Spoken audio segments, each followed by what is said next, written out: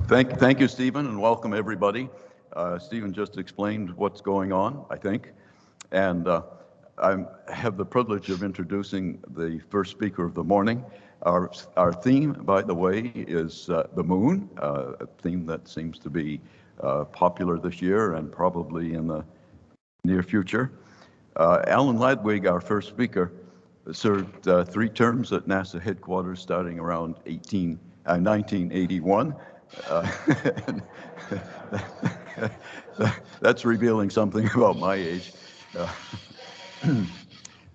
He was associate administrator in the 90s, and he started or officiated over this Space Shuttle Student Involvement Program, which my boss, John Bellinger, was a part at the time. And he also was, some of you may know, responsible for the successful completion of the Animal Enclosure Module, AEM, which flew initially with rats. He's currently senior advisor at Star Harbor Base Academy. How's that? A boy from Maine saying Star Harbor. And he's also the chief at Two Orbit Productions. As such, among other things, he's author of the popular book, See You in Orbit. Alan Ladwig.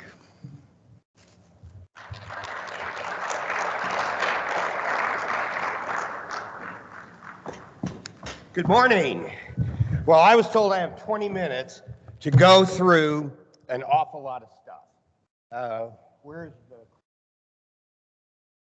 And so I was asked to talk about the following: the historical timeline of commercial activities leading up to where we are today, some current programs and opportunities for you all, the status of Artemis, the status of Gateway, which I'm not talking about because I'm really confused about what's going on with Gateway, although the folks over at TechShot said it is active and that they're working on a project and their checks are clearing, so that's good to hear.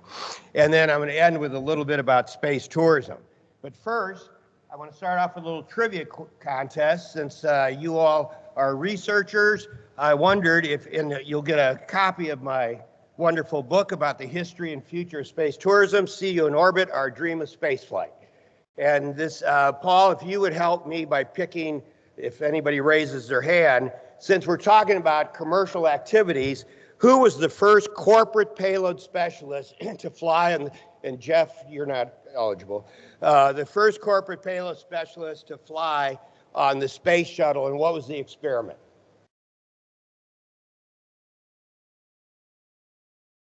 Yes, Charlie Walker, who flew an electrophoresis experiment.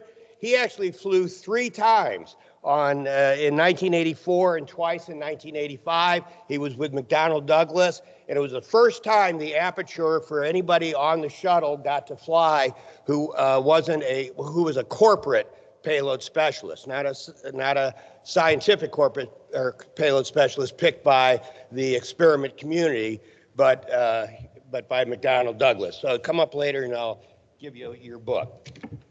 And I am not a scientist. I'm not a researcher. I worked my entire career at headquarters, but the only PIs I ever really got to know was Emily Holton, who's here, and Thora Halstead, the late Thora Halstead, who were very instrumental in helping me with the Shuttle Student Involvement Program. But I got to tell you, preparing for this speech, I have a renewed respect for PIs, because trying to understand all the opportunities was very confusing. I mean, just on the moon alone, you've got RFPs for landers, for rovers, for instruments, for experiments on the instruments, and how you all keep up with all that stuff, I'll never understand.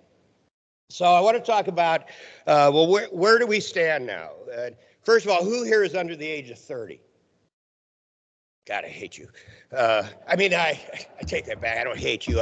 I'm jealous of you because there's so many opportunities in the years ahead. The commercial partners are changing the landscape for space exploration. There's new policies, both domestic and international, that will impact what you're doing. There's all kinds of new ways to do business, including a major shift of operations from the government to the private sector. There's new thinking about safety. Are we willing to take more risk? So there's risk for technical, and what's the market for commercial activities? And finally, there's going to be legal activities. And once the legal people get involved, all bets are off because everything will be extended. Paul had asked me to start with the Google Lunar X Prize, but I'm actually going back just a little before that. And this wasn't about moon stuff, but it's an important commercial milestone. And that was the creation of MirCor that was formed in 1998. And it was formed by Jeff Manbear, who I think many of you should know, now with NanoRacks, and Rick Tumlinson, and a millionaire named Walt Anderson. He spent a little time in jail later on, but I think he's out now. But this was a great example of commercial activity. And what was so stark about it was the communists that were doing it, the communists as capitalists, because NASA was fighting when Jeff tried to do some commercial things. So he went to Russia. The Mir had been flying since 1984. And so they formed the MirCor, 60% owned by the Russians. Jeff was the president. NASA had docked with Mir 9 times between 95 and 98. But it was the first privately funded human expedition from April to June of 2000. And first resupply, first space tourists. That's actually where Dennis Tito was going to fly originally. And they signed up a TV show. Destination Mir was going to have a reality TV show. Unfortunately, NASA and ESA pressured Russia to deorbit Mir because they wanted them to focus on the International Space Station. And so Mir only lasted until 2000. But at the time, MirCor had a backlog of business of over $100 million. Mir came to a fiery end. I don't know if those of you that were around then will remember. Taco Bell, speaking of commercial, had a great promotion where they put a target out in the Pacific Ocean and said, if Mir hit that target, everybody would get a free taco. Then came along the Google Lunar X Prize in 2007, created by the X Prize Foundation, the same group that formed the Ansari X Prize for suborbital flight. It was a $30 million for prizes. It was to provide affordable access to the moon, give space entrepreneurs a legitimate platform to develop long-term business models around lunar transportation. It was also supposed to be a good way to inspire STEM for a next generation of scientists and engineers. It called for privately funded teams to soft land a lunar rover, travel 500 meters, and transmit 2 mooncasts back to Earth. The deadline was 2014. As I said, it's formed in 2007. It was extended to 2017, finally to 2018. Over that time, 28 teams from 16 countries signed up for it. And there were no winners, however. The teams invested over $300 million, created 260 jobs. 300,000 youth were reached by outreach programs. New companies were created. There was some prize money awarded for some sub-milestones, about $3 million worth. But by 2018, the program was canceled. And some of the reasons were the economic crisis of 2008, developmental costs exceeded the prize money, the Falcon 1 retired, which was only a $7 million launch. It was replaced by Falcon 9, which was $62 million, and there were a lot of developmental delays. Then we move on to the first commercial space researcher / tourist. I'm not going to get in an argument with anybody about were these guys tourists, did they do real research, but I will tell you that many of them spent over a year and a half to train. They had experiments. So you had Dennis Tito, who flew in 2001. You had Anousheh Ansari in the upper right. She was the first female space researcher to fly, commercial space researcher. She then later funded the Ansari X Prize. And then Richard Garriott at the bottom there did a lot of research. His father, Owen Garriott, flew during the Apollo era, and on Skylab, making Richard the first son of a former astronaut. And over the next 9 years, 6 other people flew to the space station. So continuing on our timeline, we come again to Jeffrey Manbear and NanoRacks. And he established this in 2009 as a private commercial space company. He was intent on delivering commercial payloads to the space station for interior and exterior experiments. His long-term goal had been, and he announced this back in 2009, was to build the next generation space stations.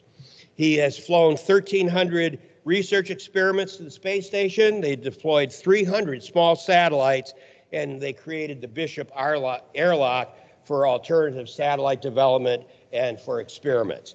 So NanoRacks is really one of the major pioneers of commercial space. Then there was a reversal of fortune. I should have mentioned during the tourist researcher flight to the space station by the Russians, NASA and ESA were vehemently against that being done. In my book, I've got a quote by an ESA guy that's really blistering about, we don't want these guys on there, keep them on their side. Well, in June of 2019, as we continue our timeline, NASA decided that it would allow commercial people to fly, or private citizens to fly to the space station. And they envisioned 2 short-duration astronaut missions per year for up to 30-day stay. They were going to charge $35,000 per night, and that included your room and board, your Wi-Fi, use of the bathrooms, I guess some air. And however, it cost $55 million to get there. And you had to do that transportation transaction separately. So NASA now allows researchers to fly with their payloads. The first flight to the space station was with the commercial company was Dragon 2 for cargo, or Dragon for cargo delivery. Then they came out with Dragon 2 is for people. Yeah, Dragon 2 is for people, and they've flown that 3 times. They have another one on the launch pad. We're waiting for that to take off. And then last month, or a couple months ago, was Inspiration 4, where my colleague, Dr. Cyan Proctor, who's our VP for Education at Star Harbor, got a chance to fly for 3 days orbiting the Earth. Then you also had the Boeing Starliner has that same opportunity. We're still kind of waiting for the Boeing Starliner to show up, unfortunately. And then the next big commercial flight will be in February by Axiom Space, and they're flying a crew of a former NASA astronaut and 3 private citizens that are paying their way to go up to the space station. You all know about Elon Musk. I'm not going to say a lot about him, except he has made a huge impression on commercial space during his activities over the past 15 years or so. He's committed to creating a multi-planet species. He is nonstop design and operations, innovation, highlighting what he calls aspirational goals. I love that line. So that way, if he doesn't meet a target he set out there, he said, well, it was kind of aspirational. I don't think NASA could get away with aspirational goals when they testify to Congress, but more power to him. So he's had the Dragon cargo and crew flights. He's working on spaceship that's going to go to the moon. And of course, taking people to Mars. In April of this year, he was selected for the human lunar landing system, where he beat Blue Origin.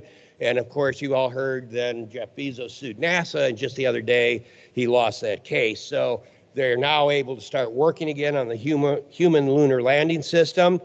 And then they also got an additional contract for the mature Artemis lander concepts I'll get into in a minute. But Musk is highly confident that he will land people on Mars by 2026. I am skeptical. Suborbital experiments. I sat in yesterday on the NASA Flight Opportunities session. It was a fabulous session, I thought. The enthusiasm in the room was great for all the researchers that have already been able to fly things on suborbital flights, either Virgin Galactic or Blue Origin. Virgin, of course, won the Ansari X Prize in 2004. At the time, they said they'd be flying by mid-2010. They were a little late. They flew the first time on July 11th of this year, and he beat by 9 days Blue Origin's flight that flew on July 19th, and the difference was Virgin flew employees, Blue Origin flew Bezos, his brother, Wally Funk, a woman who had tried to be a astronaut during the Mercury era, and then the young man that got to fly was because the winning bid to fly on that mission was $28 million. 7,600 people bid on that from 159 countries. The winning bidder had a date conflict. I don't know did he forget he had a dental appointment that morning? So it went to somebody else. And Blue still hasn't announced what price it's going to charge for future flights. Of course, they had the recent one with William Shatner, which drew national attention, a brilliant marketing move to get attention to something that went second. And so they think there's a market where they can charge a lot because of all these people that applied during the bidding process. So meanwhile, Virgin, who earlier this summer, Branson said he hoped that the flight costs would come down to $40,000. The holy grail for years has been $50,000. Just raised the price to $450,000. So that's kind of going in the wrong direction. The good news for all you researchers is through the NASA Flight Opportunities Program, if your experiment needs a suborbital flight, you can get funding through them. Throughout my career, I've always been loath to have a chart that you can't read. You know, oh, you in the back of the room aren't going to be able to see this, and my response was, why are you showing it? Because it's the only chart I could find that kind of showed the long-term timeline for Artemis, and you don't need to read it. The only important thing is that, well, in the left-hand side, the commercial lunar payload project is listed, so that's where we are. We're very early on this timeline. Who thinks NASA is going to actually land on the moon in 2024?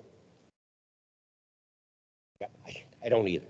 But, you know, more power to them. All it needs is a lot of money. But the last two administrators have said that they're going to have a hard time meeting that goal if they don't get more money. So that takes us to the commercial lunar payload service activity, which I think a lot of you may already be involved in, interested in. As I said, there's landers, there's rovers, there's instruments, there's experiments on the instruments. There's a lot going on. It was created in 2018 for the rapid acquisition of lunar delivery services, fixed price contracts to send small robotic landers and rovers primarily to the south pole of the moon to look for water. And it's a key thing for this is it's designed to enable the community-driven science. So this was my impression, and you'll have to let me know if I'm wrong, but in the past, during my NASA career, it seemed they would develop the technology, the hardware, and then come to the science community and say, okay, we've got this gizmo here, what do you want to put on it? Well, this time, they've asked the science community to come up with what are your requirements, what do you need, and then they're going to go design the gizmo. So I think that's a huge turnaround, and I hope that's a positive step for you all. They wanted to fly commercial rovers every 2 years. The first was supposed to land in 2021. That's been delayed now to about 2022. The first awards under this program was to Astrobotic for their Peregrine lander, Intuitive Machines, and their Nova C just announced, I think within the last 2 days, that they have found the landing site that they're going to go with their Nova C. It's got a drill on it, the Prime 1, and they're going to land near the Shackleton crater. Another program that you all might be interested in is the Lunar Terrain Vehicle Program, formed in August of this year. They are now seeking additional RFI inputs for that.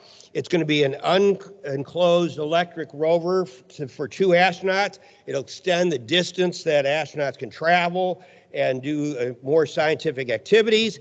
It's not exclusive to space companies. They're looking at other companies that might be involved in ground transportation vehicles of some kind, and then NASA would buy vehicle services from the company. The RFP, when that is released, is still to be determined, but Lockheed and General Motors have already announced that they've teamed up to develop concepts for this. The mature Artemis lander program was created in September of this year, and NASA selected 5 companies for the next space technologies and exploration partnerships. It's different from the earlier award to SpaceX, the lander award, and it's to advance substantial human landing systems and risk reduction, crew health, and safety. They want to advance a robust lunar economy. NASA talks more and more now about a lunar economy, and I can assure you during my time and during Apollo time, for those that were before me, you didn't hear many people talking about the economics of space. So Blue Origin, Dynetics, Lockheed, Northrop Grumman, and SpaceX were awarded contracts under this. Then we go to a little bit about space tourism, which you can read about more in my book. Did I tell you I wrote a book? And it's the Dear Moon Project, and this is for a Japanese billionaire, Yusaku Maezawa, and he has purchased a flight from SpaceX that is going to take him, let me go back, that's going to take him around the moon. And he's going to take 12 people with him. At one time, 8 of those were going to be artists. And what I thought was so great about that, it was really expanding kind of the demographics of who gets to go in space. And in fact, when I managed the spaceflight participant program, we had the teacher in space, journalists in space were going to be second. We were looking at an artist in space as being the 3rd category, but I got to tell you, trying to figure out how we were going to do that was quite the challenge. So I was happy to see where Yusaku has said he's going to take artists with him. He had a competition. I've lost track of that. At some point he said he would take people other than artists, but in any case, the trip is supposed to be in 2023. But he's not satisfied with that. He's also going on a Dragon flight to the space station on December 8th of this year. It's my birthday, by the way, if you want to send gifts. So he said he wants people from all kinds of backgrounds to join his flight, and there'll be 10 to 12 people in all, and he will be inviting 8 people to come along. And so that's going to be very exciting to watch. Then we get to the next big step on the timeline, and that's commercial space stations. You've got the Axiom, which currently has a module attached to the space station, but their long-term goal, as you can see in the upper left there, is to have a sequencing of building their own space station. They will have the first private citizens go up in February, and it's building on this family of stations they want. NanoRacks just announced Starlab that could fly in 2027. It's a partnership of NanoRacks, Lockheed, and Voyager Space, and it will be continually crewed. That's the upper right. In the lower left, Orbital Reef. This was announced with Blue Origin, Sierra Space, Boeing, and Redwire. I'm loving Redwire. I read a lot about them lately. They seem to be acquiring everybody, and they're doing some great stuff. It's a company I don't know if you know much about, but you ought to learn who they are. And then the engineering, Genesis Engineering is part of the Orbital Reef, and Arizona State. And Arizona State, they have an advisory council they've set up for this mission that includes 15 different universities. So I love the fact that they're getting researchers from the education community involved early, and I hope maybe some of you will look into that. And then finally, Starlab Oasis in the bottom right, another NanoRacks product that was just announced with the Abu Dhabi Investment Office. This is a kind of a work in progress. They want to take a tank, a fuel tank, and turn that into a lab facility, especially for studying desertification or desert, well, you know what I mean, climate change, water scarcity, and food security. So why do we do all this? Well, it's because it's a transformational service to go in space. And I think even if you don't go into space but are involved in space, you have a different way of thinking about things. When I joined the space community in 1969, I signed up for a group called the Committee for the Future, led by Barbara Marx Hubbard. And she talked about the evolutionary spiral, and that has humanity advance. We go up this evolutionary spiral, you start to have a higher consciousness. And she and the committee thought that by going into space, we would reach a higher level of consciousness and create a more positive human condition. That's seems to be challenged the last few years because of politics, but I remain optimistic that we can go forward. And I just want to read real quickly what somebody has said about the transformational service and see if you agree with this. This is from Dr. Mariana Singala from the South Australian University. And she says, space tourism falls in the category of what is known as transformational services, which are consumed not just to satisfy basic survival needs. Transformation services enable people to rethink and reset their value system, their priorities, the way of thinking, to learn and to self-develop, to change their attitude, mindsets, or their behavior or perception about certain things. I hope that's why many of you are involved in the space program. If you saw William Shatner come off his flight a couple of weeks ago, he was in awe. He is still talking about how he was transformed. I was always skeptical if you could get this overview effect on a suborbital flight, but both he and one of the other passengers on that flight, and Beth Moses from Virgin, have said that they had a transformational experience once they were able to see Earth from above. So, see you in orbit, and if you're interested in learning more about the history of space tourism, my book is available exclusively on Amazon. The holidays are coming. It'll make a great gift. Thank you very much. See you in orbit.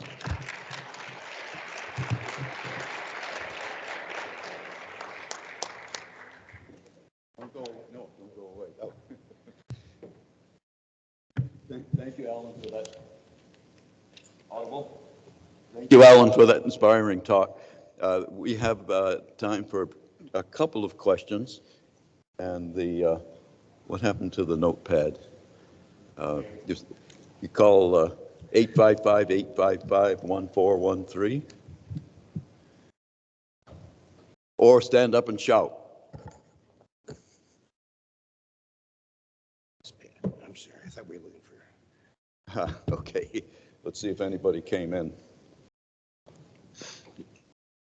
Okay, why did you write the book? I wrote the book because I was the manager of the Spaceflight Participant Program in the 1984 to 1986 timeframe. I was the guy at NASA that got all the letters from people that had a dream to fly in space. Even though we had selected a teacher to be first, a journalist to be second, it did not deter other people from wanting to go. And so I got those letters. And this is kind of before, this would be a real shock to you young people, before email. So they were all written letters and scrawled and pictures attached and kids sending me art. And I'm talking anything from 9-year-old kids up to 95-year-old people that wanted to go. I had women that wrote in and said they wanted to have their babies in space. I had people who wanted to get married in space. The disabled community really wanted to understand why couldn't they go? And I'm happy to say that recently on a zero-gravity parabolic flight, they flew many people that had disabilities, and I was so glad to see that finally occur. There's actually an article in the Houston Chronicle this week about that kind of history of disabled in space, the attempt. So I wrote it because those people shared their dream with me. I always felt bad that I had to send, at one point I used to actually answer each letter, and it became overwhelming. We had like 10,000 letters, so we had a form letter that went out, and I hated to crush their dream. So I wrote this book for them to show that they aren't the only ones that have that dream. This has been a history. People wrote to Robert Goddard in the 1920s volunteering to fly on his theoretical rocket to the moon. And same thing, I want to bring meaning to my meaningless life. How about sending Senator Henry Cabot Lodge into space on a one-way trip? I want to go so I can come back and run for political office. The dream hasn't changed. The reasons haven't changed. I could lay out the paper or letters from Robert Goddard to what I got today, the letters the Hayden Planetarium got in the 1950s when they had an interplanetary tour reservation form that they handed out at a lecture one night. And over the next 3 years, 22,000 people filled out that form. People used to send me their card from the Hayden to see if they could turn that in for a shuttle flight. 93,000 people signed up for the Pan Am First Moon Flight Club from 1968 to 1971. They sent me their cards to turn in. So I wrote this book for all the people with a dream. We're not all going to be able to achieve the dream. It'll still be vicarious, but the good news is over time and in the longer range future, especially for you little clowns that are in the age of 30, you may have a chance to actually go into space. Let's thank Alan once again.